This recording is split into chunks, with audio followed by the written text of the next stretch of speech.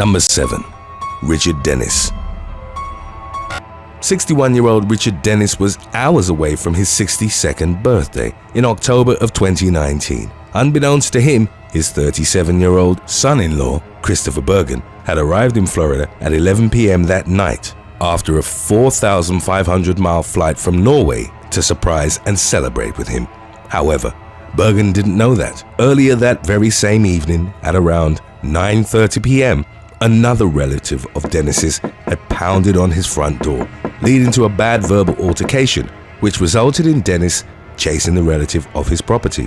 That exchange may have been why Dennis was already on high alert when he heard someone again, this time knocking on his back door at 11:30 p.m.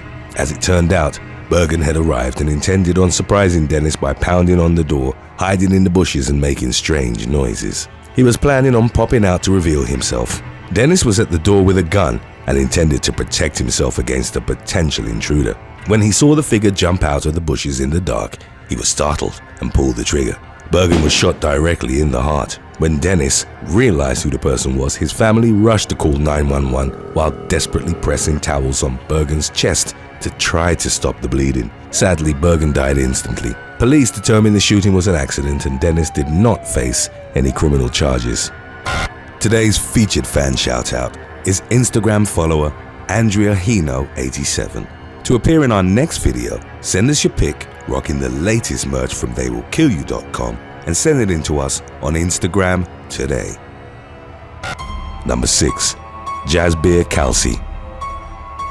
Silky Gained was 33 years old when she was held against her will and beaten by her husband and in-laws in September of 2017. Gained and her husband, 34-year-old Devbir Kalsi, had moved to Florida from India. Kalsi had called his parents, 67-year-old Jasbir Kalsi and 62-year-old Bhupinder Kalsi, asking them to travel to the US and help him punish Gained for allegedly being disobedient. Gained's in-laws made the 8,000-mile journey. Upon arriving, they imprisoned Gained in the home she shared with her husband. It was there that Devbir, her father-in-law and mother-in-law, took turns assaulting her. Gained even had her 18-month-old daughter in her arms, who also sustained an accidental hit to the face. Somehow during the ordeal, Gained managed to call her parents in India, telling them of the beating that was happening to her. As a result, her parents called the Tampa police, who arrived at the residence shortly thereafter. A police officer heard Gained screaming for him to save her and her child, which prompted him to force his way through the door that Kalsi was trying to keep shut. All 3 aggressors were taken into custody, and Gained was found severely beaten with bruises on her head, neck, and torso. At one point, her father-in-law even held a kitchen knife to her throat and threatened to stab her. Ultimately, Gained was awarded full custody of her daughter, while her husband faced charges of felony battery, false imprisonment, harassing a witness, and child abuse. Her father-in-law was charged with child abuse, aggravated assault with a deadly weapon, harassing a witness, and false imprisonment, while her mother-in-law was charged with domestic violence battery and failure to report child abuse. All 3 aggressors received 24 months of probation and community service. Number 5. Angel Luis Rivera. On October the 21st of 2019, 35-year-old Nicole Montalvo went missing in Osceola County, Florida. Montalvo was married to 31-year-old Christopher Otero Rivera, but earlier in 2019, before her disappearance, she was divorcing her husband due to the domestic violence she suffered at his hands. In fact, court records show that in October of 2018, Otero Rivera kidnapped and beat Montalvo, a crime for which he was imprisoned. During his imprisonment, Montalvo filed for a divorce in February of 2019. This prompted Otero Rivera and his 61-year-old father, Angel Luis Rivera, to devise a plot to gain custody of Montalvo and Otero Rivera's 8-year-old son. Montalvo's family knew something was wrong when she didn't pick her son up from school the following day. After reporting her disappearance, an investigation ensued, starting at the Rivera's residence, Montalvo's last known location. She had notified her family that she was going to their residence to drop off her son. A few days later, Montalvo's body was found buried on the Rivera property, dismembered and burned.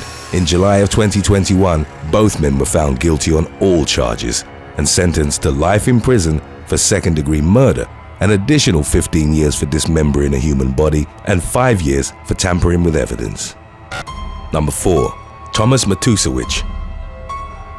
A 39-year-old Delaware mother, Christine Belford, and her ex-husband, 51-year-old David Matusewicz, were wrapped up in a long and turbulent child support and custody battle over their 3 daughters. Matusewicz had his parental rights revoked in 2011 after the kidnapping of his and Belford's 3 underage daughters in 2009. The incident involved him taking the children to Nicaragua in a motorhome without Belford's knowledge.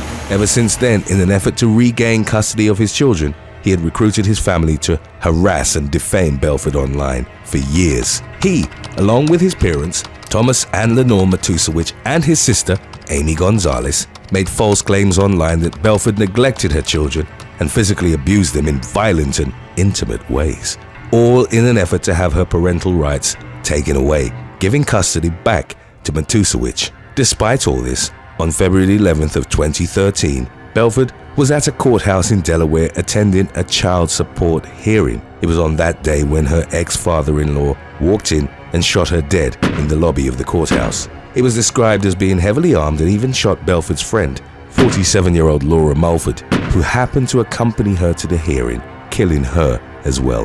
A shootout followed between him and 2 police officers. Although he was shot in the upper body by the officers, Thomas ultimately took his own life with a gunshot to the head. Although at first the rest of the Matusewicz family insisted they had no knowledge of Thomas's plan to murder Belford, an investigation ultimately found that they did in fact know and were in on the plan. In February of 2016, David and Lenore Matusewicz and Amy Gonzalez were sentenced to life in prison for conspiracy, interstate stalking resulting in death, and cyber stalking resulting in death. Number 3.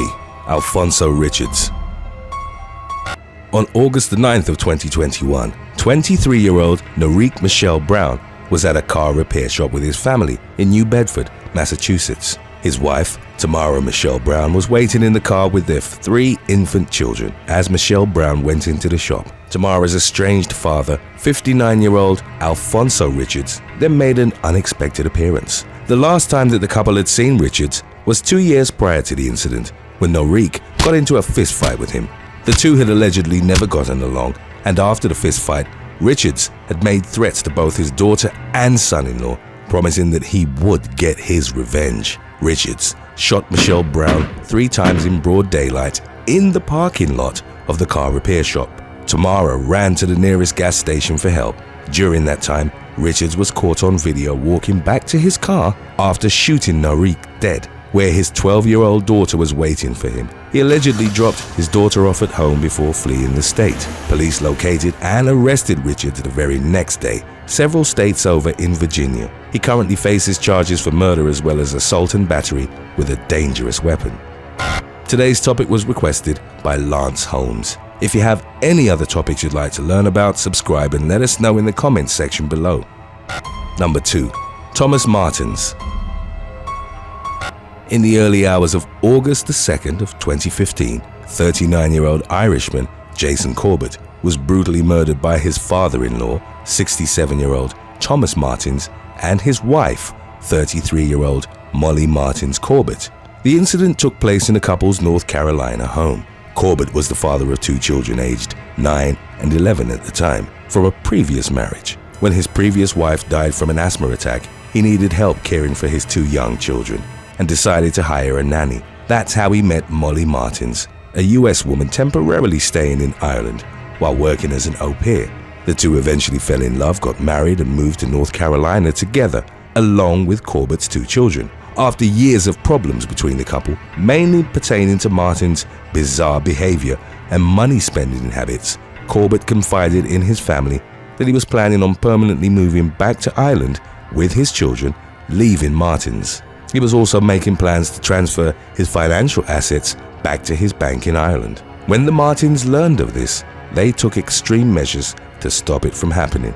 They beat Corbett to death, Thomas using a metal baseball bat while Molly used a concrete paving slab. The autopsy confirmed that Corbett died from blunt force trauma to the head. He had extensive skull fractures, hemorrhages, and multiple lacerations, abrasions, and bruises on his head, torso, and extremities. The Martins insisted that they had acted in self-defense, claiming that Corbett was choking his wife and threatening to kill her. However, an investigation found that the evidence was not consistent with their claim and that neither individual had any injuries or signs of a struggle with Corbett. That, paired with the fact that large sums of money were withdrawn from Corbett's bank accounts after his death, pointed to a financial motive behind the killing. They were both charged with second-degree murder and voluntary manslaughter. Number 1. Osman Shabtafaj. A young Australian couple, 25-year-old Lindita and 29-year-old Veton Musai, were returning home from a vacation after celebrating their first wedding anniversary. As they were making their way into their home in Melbourne on New Year's Eve of 2019, they were met by Lindita's estranged father. 55-year-old Osman Shabtafaj began firing at both his daughter and son-in-law with what was described as a hail of bullets. The suspected motive behind the attack was that a family dispute had angered Shabtafaj, who was reported as being mentally impaired. One theory is that he did not approve of his son-in-law and their marriage. After shooting the young couple, Shabtafaj then shot himself in the head, but miraculously survived his wounds. His daughter, however, would not be as fortunate. She died at the scene while her husband died from his injuries the next day in the hospital. Shabtafaj tried to contest charges of 2 counts of murder by claiming mental impairment, but after being examined, psychiatrists concluded that he was fit to stand trial. He ultimately pled guilty to both counts of murder. Thanks for watching.